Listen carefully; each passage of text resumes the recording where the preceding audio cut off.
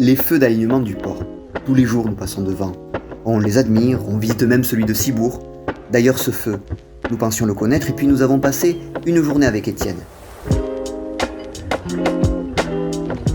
Il y retourne pour la première fois après de longues années.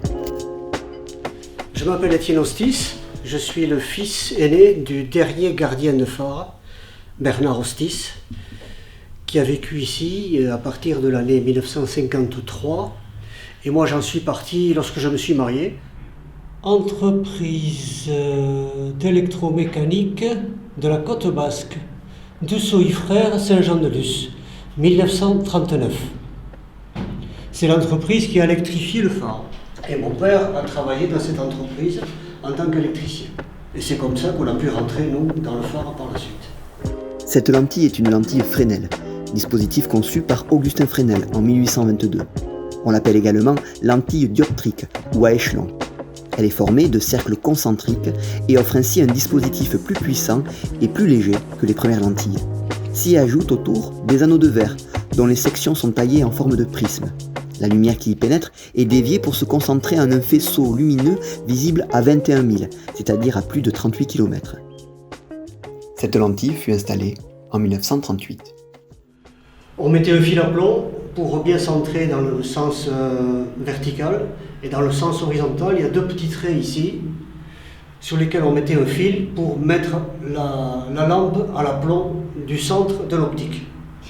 Chaque visite, même plus souvent, il fallait tout démonter ici. Donc on démontait tout, on prenait des produits qui étaient fournis par l'administration, bien sûr.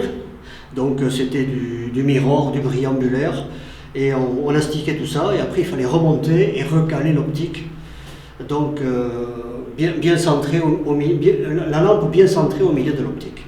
Donc à l'époque, ça existe toujours, vous avez la lampe principale donc qui marche dans le secteur, la lampe qui est là-haut qui fonctionne en cas qui fonctionne sur batterie, et en plus de ça, il y avait une lampe à pétrole qu'on avait appris à allumer au cas où tout était en panne. Ça n'a jamais servi, mais l'administration nous demandait de la mettre en route une fois par an pour voir si ça marchait. Voilà, donc on avait des manchons pour essayer de faire... Et ça éclairait fort, hein. On ne pouvait pas la regarder en face, ça éclairait très fort. Donc c'est mon père qui faisait l'entretien du phare, donc il s'occupait de l'optique, tout ce qui était électrique, mais en tant que son fils aîné, je participais à l'entretien. Donc en général j'étais le préposé pour nettoyer le système là.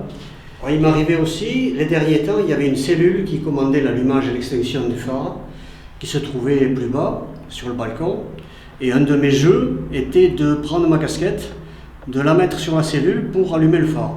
Je n'insistais pas, je restais quelques secondes, juste pour voir si ça marchait. Le plaisir de voir la cellule fonctionner.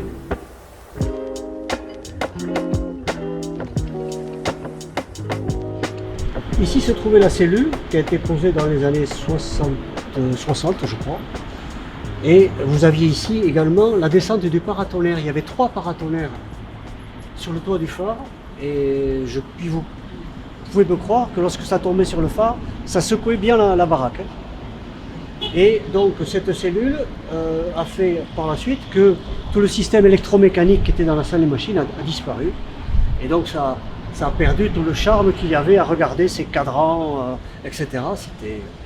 C'était vraiment intéressant à regarder. Là maintenant on ne voit plus rien. Et tout se trouve là-haut. La commande, la cellule se trouve tout à fait en haut. Vous avez l'antenne là qui télécommande le système de feu. Alors ici nous sommes dans ce qu'on appelait la salle des machines.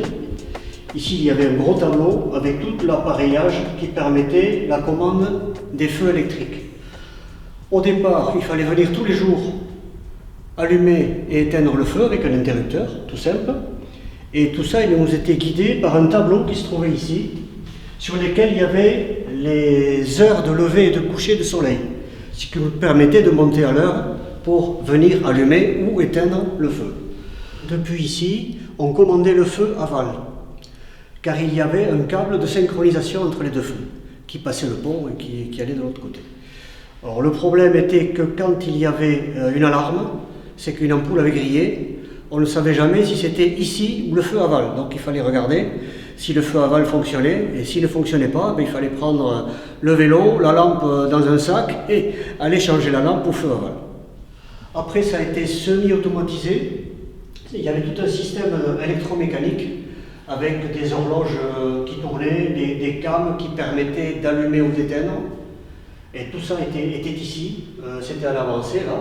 Et en bas, vous aviez des batteries qui permettaient d'alimenter le feu de secours. L'allumage, commandé par une cellule photoélectrique dans les années 60, puis l'autonomisation totale en 1973 ont eu raison du gardiennage, qui cesse définitivement en 1980. Mais le feu continue à guider les marins. Pour certains, il est synonyme de retour au bercail, comme pour Étienne, 50 ans après.